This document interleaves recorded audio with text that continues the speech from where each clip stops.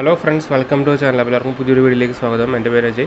നമ്മളിന്ന് അൺബോക്സ് ചെയ്യാൻ പോകുന്നത് OnePlusൻ്റെ പവർ ബാങ്കാണ്. ലേറ്റസ്റ്റ് ആയിട്ടുള്ള OnePlusൻ്റെ പവർ ബാങ്കാണ്. 10,000 mAhയാണ്. ഇത് ബ്ലാക്ക് കളറാണ് കേട്ടോ. അപ്പോൾ നമുക്ക് നമ്മുടെ ബോക്സിൻ്റെ ഉള്ളിലേക്ക് ഡീറ്റെയിൽസിലേക്ക് പോകാനായിട്ട് മുമ്പ് ചാനൽ പുതിയ ഒന്ന് സബ്സ്ക്രൈബ് ചെയ്യാൻ, അതുപോലെ ബെല്ലൈക്കൺ പ്രസ് ചെയ്ത് നോട്ടിഫിക്കേഷൻ ആകുമെന്ന് മറക്കണ്ട. അപ്പോൾ നമ്മുടെ ഡയറക്റ്റ് അൺബോക്സിലേക്ക് പോകാം. അപ്പോൾ നമുക്ക് ആദ്യം തന്നെ ഫസ്റ്റ് ബോക്സ് ഒന്ന് പരിചയപ്പെടാം. അപ്പോൾ ഫ്രണ്ട് സൈഡിലൊരു റെഡും വൈറ്റും കോമ്പിനേഷനായിട്ട് അതിൻ്റെ ഒരു പടം, ഒരു ഔട്ട്ലൈൻ കൊടുത്തിട്ടുണ്ട്. പിന്നെ ഇവിടെ OnePlus power bank 10,000 mAh black എന്ന് കൊടുത്തിട്ടുണ്ട്. പിന്നെ ബാക്ക് സൈഡിലായിട്ട് അതിൻ്റെ ഡീറ്റെയിൽസ് കൊടുത്തിട്ടുണ്ട്. Dual USB outlet, 2-in-1 charging കേബിളാണ്. അതുപോലെ ലോ കറൻറ്റ് മോഡ് ഉണ്ട്. 12 ലെയർ ഓഫ് സേഫ്റ്റി പ്രൊട്ടക്ഷൻ ഉണ്ട് എന്ന് ചെയ്തിട്ടുണ്ട്. പിന്നെ അതുപോലെ MRP കൊടുത്തിട്ടുണ്ട് 1299 ആണ് കേട്ടോ. പക്ഷേ പ്രൈസ് അവൈലബിൾ ഓൺലൈനുള്ളത് 1099 ഒക്കെയാണ്. ഫ്ലിപ്കാർട്ടിൽ അവൈലബിൾ ആണ്, ഒരു സൈറ്റിൽ അവൈലബിൾ ആണ്.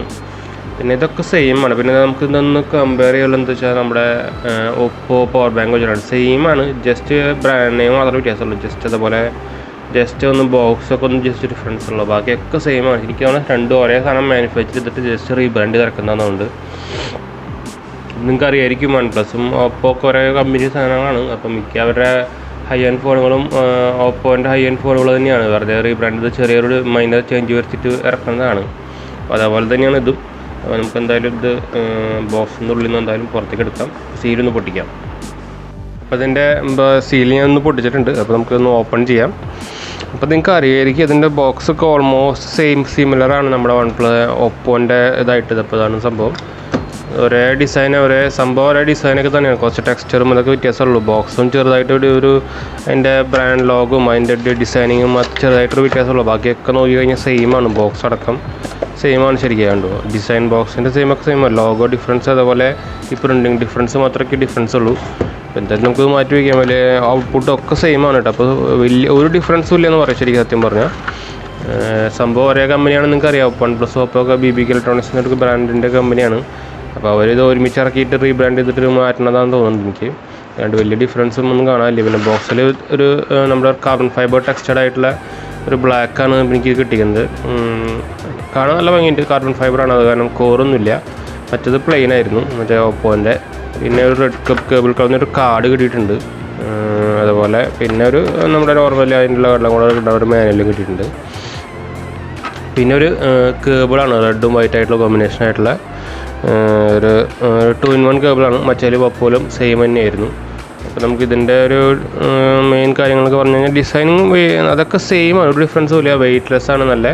പിന്നെ ഇതിൻ്റെ പോരായ്മകൾ പറഞ്ഞു കഴിഞ്ഞാൽ മറ്റേ ഞാൻ ചാർജിങ് സ്പീഡൊക്കെ നോക്കിയിട്ടുണ്ടായിരുന്നു. അപ്പോൾ ഇതിൽ ഞാൻ പറയാമെന്ന് പറഞ്ഞിട്ടുണ്ടായിരുന്നു. അപ്പോൾ ഇതിലൊരു 6,000 mAh ശരിക്ക് ഫുള്ളായിട്ട് നമുക്ക് കിട്ടുന്നുള്ളൂ. ഇപ്പോൾ 10,000 mAh എന്ന് പറയുന്നുണ്ടെങ്കിലും 6,000 കിട്ടുന്നുള്ളൂ. അപ്പോൾ നമ്മുടെ നോർമലി 5,000 4,000 ഉള്ള ഫോണിൻ്റെ ബാറ്ററി ഒരു 1 ടൈം തന്നെ ചാർജ് ചെയ്യാൻ പറ്റുള്ളൂ. പിന്നെ ചാർജിങ് സ്പീഡ് നോക്കിക്കഴിഞ്ഞാൽ നമ്മുടെ വോക്ക് 2.0ൻ്റെ അത്ര കിട്ടുന്നില്ല. എന്നാലും ചെറുതായിട്ട് അതിൻ്റെ ഒരു ലെസ് എന്ന് വെച്ചാൽ 20% to 80% ഒരു 45-50 മിനിറ്റ് എടുക്കുന്നുണ്ട് ഇതിൽ. മറ്റേ വോക്കൊക്കെ ആണെങ്കിൽ ഒരു 25-35 മിനിറ്റ് ഒക്കെ എടുക്കുള്ളൂ. അപ്പോൾ ആ ഡിഫറൻസ് വരുന്നുണ്ട്. പിന്നെ ഇത് 18 വാട്ടാണ് അവർ ഓൾറെഡി എഴുതിയിട്ടുണ്ട്. അപ്പോൾ കറക്റ്റ് വൂക്ക് എന്ന് പറയാനും പറ്റില്ല. പക്ഷേ നമ്മുടെ ഇതിൽ കുത്തുമ്പോൾ വൂക്ക് ചാർജ് ഒന്നും വരില്ല കേട്ടോ. അത് നിങ്ങൾ നോക്കണ്ട. മറ്റത് നമ്മുടെ അഡാപ്റ്റർ കുത്തുമ്പോൾ നമ്മുടെ അതിൽ കാണിക്കും, വൂക്ക് എന്ന് പറഞ്ഞിട്ട് കാണിക്കും. അതൊന്നും വരില്ല. അതുപോലെ OnePlusൻ്റെ കയ്യിലും ഡാഷൊന്നും വരില്ല. നോർമൽ ഇതായിട്ടേ കാണിക്കുള്ളൂ. നമ്മുടെ Qualcomm 3 സപ്പോർട്ടറാണ്. പക്ഷേ നമ്മുടെ നോർമലി ഇവരുടെ പറയണ പോലത്തെ സ്പീഡ് കിട്ടുന്നില്ല. പിന്നെ ഈ OnePlusൻ്റെ ഞാൻ കുറേ കംപ്ലയിൻറ്റ്സ് കേട്ടിട്ടുണ്ടായിരുന്നു. അതുപോലെ ഞാൻ ഇപ്പോൾ പേഴ്സണലി ഉപയോഗിക്കുന്നവർ ചോദിച്ചപ്പോൾ പറഞ്ഞത് നമ്മുടെ ചാർജിങ് ടൈം നല്ലോണം ഭയങ്കര സ്ലോ ആയിട്ട് എടുക്കുന്നത് പറഞ്ഞാൽ. നമ്മുടെ ഡാഷ് ചാർജർ ഉപയോഗിച്ചാൽ തന്നെ നോർമലി നല്ല സ്ലോ ആണ്. പക്ഷേ OnePlusന് ഇഷ്യൂ അല്ല OnePlus ഒപ്പോൻ്റെ ഇഷ്യൂ ഇല്ല. ഞാൻ ചാർജ് ചെയ്ത് നോക്കി, അത്യാവശ്യം നല്ല സ്പീഡിലാണ് ചാർജ് കയറുന്നുണ്ട്. അപ്പോൾ ഇതിന് ഞാൻ ഇതുപോലെ വേറെ റിവ്യൂവിലും ഇഷ്ടംപോലെ കൊടുത്തിട്ടുണ്ട് ആ കുഴപ്പങ്ങൾ. അതെന്താ കാരണം എന്ന് അറിയില്ല. സംഭവം ശരിക്കും നിങ്ങൾ നോക്കിക്കഴിഞ്ഞാൽ ഒരു ഡിഫറൻസും ഇല്ല. കറണ്ട് റേറ്റിംഗ് ഞാനിപ്പോൾ ഒന്ന് കാണിച്ചാൽ അതിൻ്റെ ബാക്ക് സൈഡ്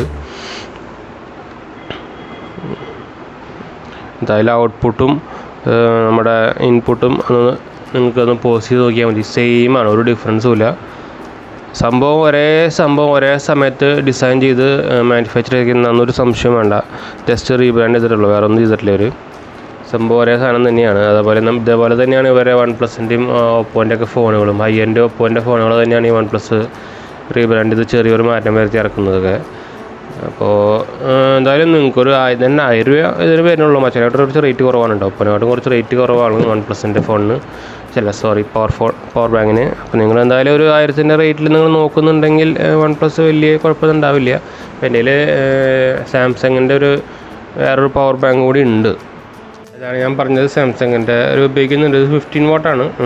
ബാക്കിയെല്ലാം സെയിം തന്നെയാണ്, മൈക്രോ USB ആണ്. പിന്നെ നമ്മുടെ 2-in-1 കേബിൾ അല്ല, അങ്ങനെ ഒരു കുഴപ്പം മാത്രമേ ഉള്ളൂ. ഇത് നല്ലൊരു പരിപാടിയാണ്. നമ്മൾ 2-in-1 കേബിൾ വരുന്നത് അത്യാവശ്യം നമ്മുടെ നോർമൽ മൈക്രോ USB ഉള്ള സാധനങ്ങളും ചാർജ് ചെയ്യാമല്ലോ. ചെറിയ ഐറ്റംസ് ഇപ്പോൾ മിക്കെല്ലാം 250 ആണ്. എന്നാലും നോർമലി നമ്മളിപ്പോൾ ഇപ്പോൾ സൈക്കിളിൻ്റെയൊക്കെ ലൈറ്റൊക്കെ ചാർജ് ചെയ്യണമെങ്കിൽ നമ്മുടെ മൈക്രോ USB തന്നെ വേണം. അപ്പോൾ അതൊക്കെ ചാർജ് ചെയ്യാൻ നല്ലൊരു കാര്യം തന്നെയാണ് ഇങ്ങനെ 2-in-1 വരുന്നത്. ഞാൻ പേഴ്സണലി എൻ്റെ ചാർജറിലും 2-in-1 കേബിളും മീൻ്റെയാണ് ഉപയോഗിക്കുന്നത്. അപ്പോൾ പേഴ്സണലി വാങ്ങിച്ചിട്ട് ഉപയോഗിക്കുന്നതാണ്.